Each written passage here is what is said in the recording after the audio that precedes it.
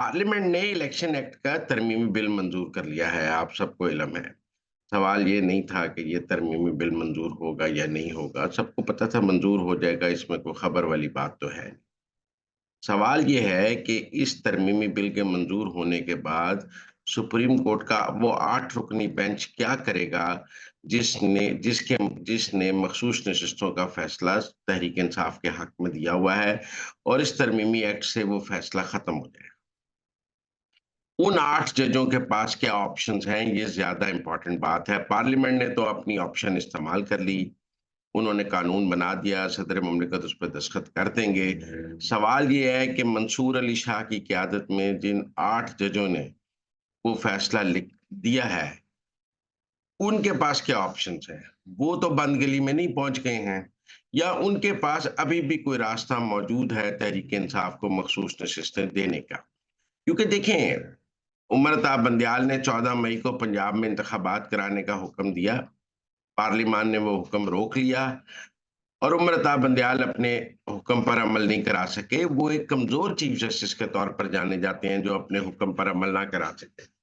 जो जज भी अपने हुक्म पर अमल नहीं करा सकता, वो एक कमज़ोर जज है क्योंकि या तो उसका हुक्म गलत था या उसमें अपने हुक्म पर अमल दरामद कराने की सलाहियत या ताकत मौजूद नहीं थी। दोनों सूरतों में सवाल तो जज पर ही आएगा ना। अगर हुक्म उसका गलत था कि वो आईनी और कानूनी तौर पर उस पर अमल ही नहीं हो सकता था, तो जज की गलती है, उसने गलत हुक्म दिया। और अगर वो हुक्म अमल कराने की सलाहियत या ताकत नहीं रखता, तो भी कमज़ोर जज है। तो ये जो 8 जज हैं, जिनकी सरबराही मंसूर अली शाह कर रहे हैं, जो अगले चीफ जस्टिस भी हैं, उनके पास अब क्या ऑप्शंस हैं कि वो अपने उस फैसले पे अमल दरामद करा सकें। एक ऑप्शन ये है कि वो इस कानून को बैक जुम्बिश कलम मुअत्तल कर दें और कहें कि मैं इस कानून को सस्पेंड करता हूं और पुराने कानून को बहाल करते हैं और उसकी सस्पेंशन के साथ ही वो कहें कि मखसूस नशिस्तों को नोटिफाई करें पार्लियामान को। ये ऐसा प्रैक्टिस एंड प्रोसीजर बिल में उमर अता बंदियाल साहब ने तो किया था, कानून बनने से पहले ही सस्पेंड कर दिया था। अभी वो कानून बना नहीं था, तो अभी ये कानून सदर के पास दस्तखत होने के लिए जाना है। क्या मंसूर अली शाह उससे पहले सस्पेंड कर सकते हैं या उसके बाद सस्पेंड करेंगे? एक ऑप्शन उनके पास ये है कि वो इस कानून को सस्पेंड करें, मनसूख करें, रिडिक्यूल करें और अपने फैसले पर कायम रखें। लेकिन इस सूरत में क्या हो? सूरत में उनकी पार्लियामान से लड़ाई हो जाएगी, पार्लियामान दोबारा कानून पास करेगी, तीसरी दफा पास करेगी। वो कितनी दफा इसको मुअत्तल करेंगे, सस्पेंड करेंगे। एक एक हॉकी या वॉलीबॉल का मैच हो जाएगा, गेंद कलीमुल्लाह से समीउल्लाह, इधर से पार्लियामान कानून पास करके भेजेगी, उधर से वो मुलतवी करेंगे। क्या ऐसा तमाशा लगना मंसूर अली शाह के हक में है? क्योंकि बहस शुरू हो जाएगी कि पार्लियामान बालादस्त है या अदलिया बालादस्त है। और मैं समझता हूँ ये लड़ाई भी जज हार जाएंगे, क्योंकि बहरहाल हर बंदा दुनिया सारी कहेगी कि पार्लियामान बालादस्त है। पार्लियामान के पास कानून बनाने का इख्तियार है। अदालत पार्लियामान से कानून बनाने का इख्तियार कैसे ले सकती है? अदालत तो कानून को इस हद तक देख सकती है कि वो आइन से मुतसादिम तो नहीं है। लेकिन अदालत कानून का जायज़ा कहाँ ले सकती है? सिर्फ़ वहाँ ले सकती है, जहाँ अदालत को ये भान हो कि उसका जो पार्लियामान ने कानून बनाया है, वो आइन से मुतसादिम है। अब जो इलेक्शन एक्ट की तरमीम है, इनको आइन से मुतसादम कैसे करार देंगे कि आप 2 दफ़ा हल्फिया बयान नहीं दे सकते? आइन में कहाँ लिखा है कि आप 2 हल्फिया बयान दे सकते हैं?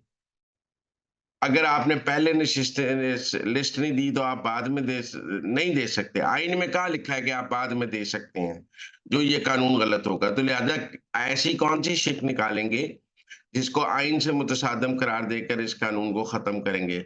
ज़िद और अना में खत्म कर सकते हैं। ज़िद और अना में कुछ भी किया जा सकता है। अदालतों के पास वसी इख्तियारात हैं। हमने माज़ी में भी अदालतों को ज़िद और अना में फैसले करते देखा है। आइन और कानून से बाहर निकल कर फैसले करते देखा है। सिर्फ़ अपनी ज़िद और अना या पॉलिटिकल स्क्रिप्ट के मुताबिक फैसले करते देखा है, जिसको हम जुडिशियल एक्टिविज़्म भी कहते हैं। अब क्या अदालत के पास ये इख्तियार है कि पूरी पार्लियामान पर तौहीन अदालत लगा दे। जजेस के खिलाफ पार्लियामान में जो तकारीर होंगी आगे, उस पर भी तौहीन अदालत की कार्रवाई नहीं हो सकती, क्योंकि पार्लियामान को ये सैंक्टिटी हासिल है कि उसके अंदर की गई बात पे कोई कानूनी कार्रवाई नहीं हो सकती। फिर जजेस क्या कर सकते हैं? मेरे ख्याल में जजेस अगर इस लड़ाई को बढ़ाएंगे तो ये पार्लिमान के मुफाद में जाएगी, क्योंकि एक दफा सेटल हो जाएगा कि पार्लिमान बालादस्ता है या अदलिया बालादस्ता है। तहरीक इंसाफ के दोस्त अदालत का दरवाजा खटखटाना चाहते हैं और उनका मौकफ है कि अदलिया के फैसलों को पार्लिमान खत्म नहीं कर सकती। Parliament can not overwrite the judicial orders. ये एक कानूनी नुक्ता है, लेकिन मेरी इस बारे में दो मिसालें। आप ये देखें कि नवाज शरीफ की ताहयात नाअहली का फैसला तो अदालत ने दिया था ना, वो फैसला फील्ड में मौजूद था, उस पर, और फील्ड में मौजूद फैसले के ऊपर कानून साजी हुई और ताहयात नाअहली नवाज शरीफ और जहांगीर तरीन की खत्म हुई। दोनों ने इलेक्शन लड़ा। इसका मतलब है कि पार्लियामान अदलिया के फैसलों के ऊपर कानून साजी करके उनको खत्म कर सकती है, वरना ताहयात नाअहली के फैसले कैसे खत्म होते? वो खत्म हुए ना। आज मुल्क में अगर किसी जुर्म में भी सैकड़ों लोग कैद हैं और सुबह पार्लियामान उस जुर्म को जुर्म तस्वर करना खत्म कर दे और कानून बना दे कि ये जुर्म नहीं तस्वर किया जाएगा, तो वो सब रिहा हो जाएंगे, चाहे अदालतों ने उन्हें सजाएं दी हों, क्योंकि पार्लियामान ने कानून बना दिया है। तो इसलिए मेरे ख्याल में पार्लियामान के कानून बनाने से अदालत के फैसले खत्म हो जाएंगे। ये नुक्ते में भी पार्लियामान कई दफा जीत चुकी है और अदलिया हार चुकी है, क्योंकि पार्लियामान ने ऐसे कवानीन बनाए हैं जिनसे अदालती फैसले खत्म हुए हैं। ये भी एक कानून इलेक्शन एक्ट तरमीम बनाया है जिससे अदालती फैसला खत्म हुआ है। आज एस्टेब्लिशमेंट जो है वो पार्लियामान के साथ खड़ी है, हुकूमत के साथ खड़ी है, अदलिया के साथ नहीं खड़ी है। आप साकिब निसार की मिसालें दें, आप और आसिफ सईद खोसा की मिसालें दें, आप गुलजार की मिसालें दें, तो उन सब के साथ उस वक्त की एस्टेब्लिशमेंट खड़ी थी। लिहाजा वो दिन को रात और रात को दिन कर रहे थे, जुडिशियल एक्टिविज्म कर रहे थे, क्रीज से निकलकर छक्के मार रहे थे, पार्लियामान को रिडिक्यूल कर रहे थे, जो भी कर रहे थे अनचैलेंजेबल थे, क्योंकि पार्लियामेंट उनके पास एस्टेब्लिशमेंट की ताकत थी और हुकूमत भी उनके साथ खड़ी थी। लेकिन अकेली अदलिया के अंदर ये ताकत नहीं है कि वो पार्लियामान को शिकस्त दे सके, वो हुकूमत को शिकस्त दे सके, वो एस्टेब्लिशमेंट को शिकस्त दे सके। हुकूमत को घर भेज सकती है अदलिया, लेकिन तब जब उसके साथ पार्लियामान एस्टेब्लिशमेंट मौजूद हो। जब उसके साथ एस्टेब्लिशमेंट ना हो, उसका एक फैसले पर अमल कराने के लिए ना उसे आग का दरिया पार करना पड़ता है। जैसे अब मंसूर अली शाह को आग का दरिया पार करना पड़ेगा, आग के दरिया में फंस गए हैं। उमर अता बंदियाल आग के दरिया में फंस गए, क्योंकि एस्टेब्लिशमेंट साथ नहीं थी पंजाब में इंतखाबात पर, लिहाजा वो आग के दरिया के बीच में जाके फंस गए, वो और एजाजुल एहसन और सारे लोग। और उस लड़ाई में फिर एजाजुल एहसन और मुज़ाहिर अली नकवी को घर भी जाना पड़ा। बेहतरीन हाल यही है कि नज़र-ए-सानी में इस फैसले को ठीक कर लिया जाए। अगर आप नज़र-ए-सानी में इस फैसले को ठीक नहीं करते, तो फिर पार्लियामेंट और जुडिशरी की लड़ाई में मुझे लगता है कि ये जो 8 रुकनी जज भी मुतनाज़ होंगे और अदलिया के हवाले से मज़ीद कानून साज़ी भी सामने आ सके। जहाँ तक हसीना वाजिद के बांग्लादेश से फरार और वहाँ पर अवामी एहतजाज के नतीजे में हुकूमत का चले जाना है और पूरी पार्लियामेंट चली गई है, पूरा निज़ाम हुकूमत चला गया है, हमारे तहरीक इंसाफ के दोस्त ना बड़ी उससे ख्वाब देखने लग गए हैं कि देखें पाकिस्तान में भी ऐसा हो सकता है। और ये पहला ख्वाब नहीं है हमारे तहरीक इंसाफ के दोस्तों का।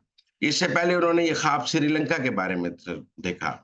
1 साल पहले जब 40 लाख लोग श्रीलंका के ऐवान सदर पहुंचे और वहां के सदर को भागना पड़ गया, तो हमने हर तकरीर में सुना पाकिस्तान श्रीलंका बन जाएगा, यहाँ भी श्रीलंका जैसे हालात हैं, यहाँ भी हुक्मरानों को ऐसे लोग ऐवान सदर ऐवान वजीर आजम पहुंच जाएंगे।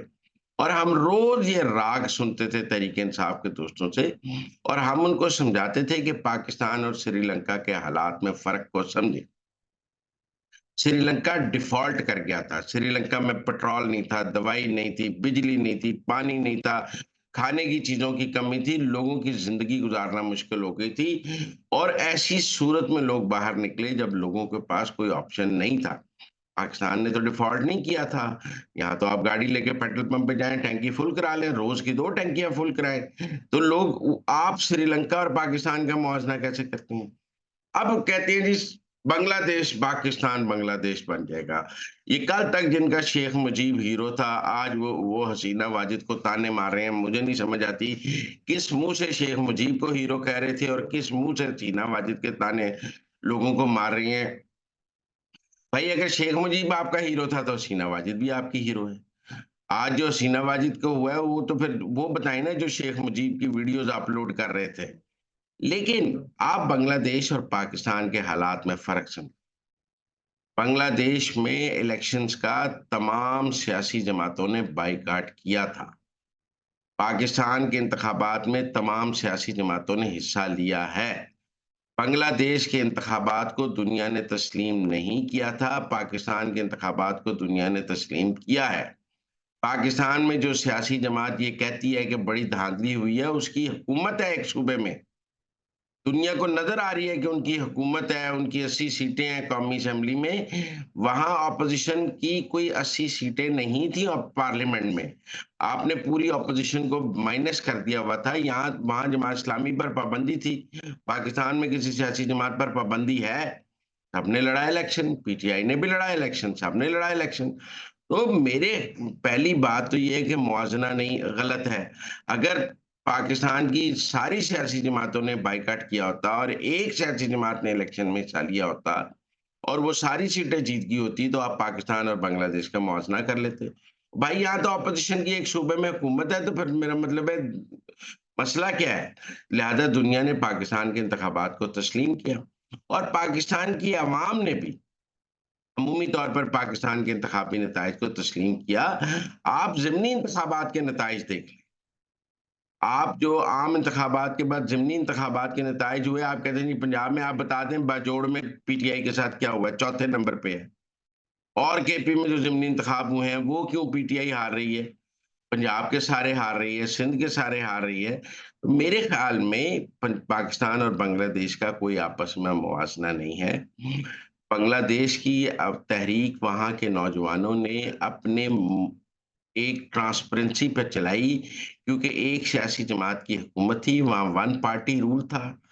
उस सियासी जमात के पास नौकरियों में 30% कोटा था। जिसके पास उस सियासी जमात का लेटर होता था, वो उस कोटे में नालायक होने के बावजूद नौकरी हासिल कर लेता था। वो सियासी जमात जुडिशरी में, अद फ़ौज में, वो ब्यूरोक्रेसी में हर जगह अपनी सियासी कारकुनों को भर्ती करके अपना जो है हेजेमनी पैदा कर रही थी। पाकिस्तान में तो ऐसा नहीं है। फ़ौज में कोई एक सियासी जमात के खत पे नौकरियाँ मिलती हैं। सीएसएस के इम्तिहान में एक सियासी जमात के खत पे नौकरियाँ मिलती हैं। पुलिस में एक सियासी जमात के खत पे नौकरियाँ मिलती हैं, जैसे कि बांग्लादेश में मिलती थी। यहाँ का नौजवान को तो आप कह सकते हैं सिफ़ारिश चल सकती है, लेकिन किसी सियासी जमात का कोटा नहीं है पाकिस्तान में कई नौकरियों में, जैसे कि बांग्लादेश में मौजूद था। लिहाज़ा वहाँ का नौजवान मेरिट पे नौकरी लेने के लिए उस कोटे सिस्टम के खिलाफ निकला, जो कि एक कॉमन कॉज़ थी अक्रॉस द बोर्ड पूरे बांग्लादेश में। यहाँ तो ऐसी कोई कॉमन कॉज़ नहीं है। वो खालदा ज़िया 2018 से कहती बांग्लादेश के लोग खालदा ज़िया के लिए नहीं निकले। जमात इस्लामी के लोगों को फांसियाँ लगी हैं, बांग्लादेश के लोग जमात इस्लामी के लिए नहीं निकले। वो अपने हक के लिए निकले हैं। मैंने पहले भी कहा श्रीलंका के लोग भी अपने हक के लिए निकले, बांग्लादेश के लोग। यहाँ कोई अवाम के साथ ऐसी अक्रॉस द बोर्ड नाइंसाफ़ी नहीं हो रही कि आप कहें कि लोग निकल आएँ कि इस तरह के हमारे साथ नाइंसाफ़ी हो रही है। लिहाज़ा पाकिस्तान और बांग्लादेश के हालात का मुवाज़ना करना बिल्कुल गलत है। कोई चांस ही नहीं है पाकिस्तान और बांग्लादेश के दरमियान कि जय पाकिस्तान में बांग्लादेश के हालात का। लेकिन तहरीक-ए-इंसाफ के जिन दोस्तों को बहुत शौक है बांग्लादेश बनाने का, पाकिस्तान को, वो ऐसा करें कि ट्विटर से उठें, सोशल मीडिया से उठें, टिकटॉक से उठें, ज़रा सड़क पे पहुँचें। ये सोशल मीडिया पे नहीं वहाँ पे तब्दीली आई, सड़क पे आई है। वहाँ के नौजवानों ने सैकड़ों जानों का नज़राना दिया है। आप तो एक दिन पुलिस आपको इजाज़त ना दे, हाई कोर्ट से आपको जलसे की इजाज़त ना मिले, आप जलसा मुलतवी कर देते हैं। बांग्लादेश के नौजवानों ने अदालतों से इजाज़त लेकर वहाँ जुलूस निकाले हैं और जलसे किए हैं। वहाँ तो सीधी गोलियाँ चल रही थी, तो वो रोज़ बाहर निकलते थे क्योंकि कॉमन कॉज़ था, सियासी कॉज़ के लिए नहीं निकले। आप तो मेरा मतलब है 9 मई के बाद 10वीं मई को आप में से कोई बंदा प किसी परिंदे ने पर नहीं मारा। तो आप तहरीक-ए-इंसाफ के दोस्त पहले पाकिस्तान को श्रीलंका बनाना चाहते थे या बांग्लादेश बनाना चाहते हैं। सोशल मीडिया पे बना लें, राइट बना लें, लेकिन वो क्या कहते हैं कि मौज है दरिया में, बैरूने दरिया कुछ नहीं। सड़कों से तो आप भाग गए हैं। आपका सड़कों से कोई ताल्लुक ही नहीं है। लोग भी आपके लिए सड़कों पे आने से इनकार कर गए हैं। आपकी कॉल पे कोई सड़कों पे आकर एहतजाज करने के लिए तैयार नहीं है, लिहाजा इसका कोई चांस नहीं है, मैं समझता हूँ। अच्छा, हमाद अज़हर साहब ने शवाबी के जलसे में कहा है कि मैं लॉन्ग मार्च की क़यादत करूँगा। हमाद अज़हर साहब एस्टेब्लिशमेंट के आशीर्वाद से गायब और अब केपी हुकूमत के पास हैं। उनमें अगर उन्होंने क्या लॉन्ग मार्च की क़यादत करनी है? लाहौर तो वो आ नहीं सकते अपने घर पे। आइए ना ज़रा लाहौर, मुकदमात को फेस करें, ज़मानत कराएँ, पेश हों। आप केपी में बैठ के पंजाब के लॉन्ग मार्च की कैसे क़यादत करेंगे? ट्विटर पे करेंगे? टिकटॉक पे करेंगे? भाई ज़रा आओ ना लाहौर में जलसे में खिताब करो, कोई लाहौर आओ, सियासत करो, मियाँ असलम इकबाल साहब आएँ। केपी में सीएम एनेक्सी में बैठ के तो लॉन्ग मार्च नहीं चलना। अब जहाँ तक ये बात है कि क्या गंडापुर केपी से लॉन्ग मार्च लेके इस्लामाबाद पर चढ़ाई करेंगे? मुझे नहीं लगता, क्योंकि गंडापुर पाकिस्तान की एस्टेब्लिशमेंट के साथ थ्रू हैं, वो प्रो एस्टेब्लिशमेंट है। हमने कई दफ़ा साबित किया है कि जब भी एस्टेब्लिशमेंट को केपी हुकूमत की ज़रूरत पड़ी है, गंडापुर दामने-दुमने, सखने, सरे-खम तस्लीम एस्टेब्लिशमेंट के पास मौजूद थे, बल्कि गंडापुर हर वक़्त एस्टेब्लिशमेंट की जेब में नज़र आए हैं। साबित हुआ है कि वो हर वक़्त बन्नू का वाक़ये से लेके हर दफ़ा, चाहे एसआईएफसी हो, चाहे अज़्म इस्तेकाम ऑपरेशन हो, हर वक़्त वो जो है एस्टेब्लिशमेंट की जेब में नज़र आए हैं। तो जो एस्टेब्लिशमेंट की जेब में है, उसने कौन-सा लॉन्ग मार्च करना है? मैंने पहले भी कहा है कि आप गंडापुर की धमकियों पर ना जाया करें, उनका अमल देखा करें। उनकी गुफ्तगू और अमल में तज़ाद है, लेकिन हमें तो उनका अमल देखना है ना, गुफ्तगू से तो एस्टेब्लिशमेंट को कोई प्रॉब्लम नहीं है। वो कहते रहे मैं ये कर दूँगा, लेकिन ऐसा वो कुछ नहीं करेंगे। शवाबी का जलसा भी नाकाम था।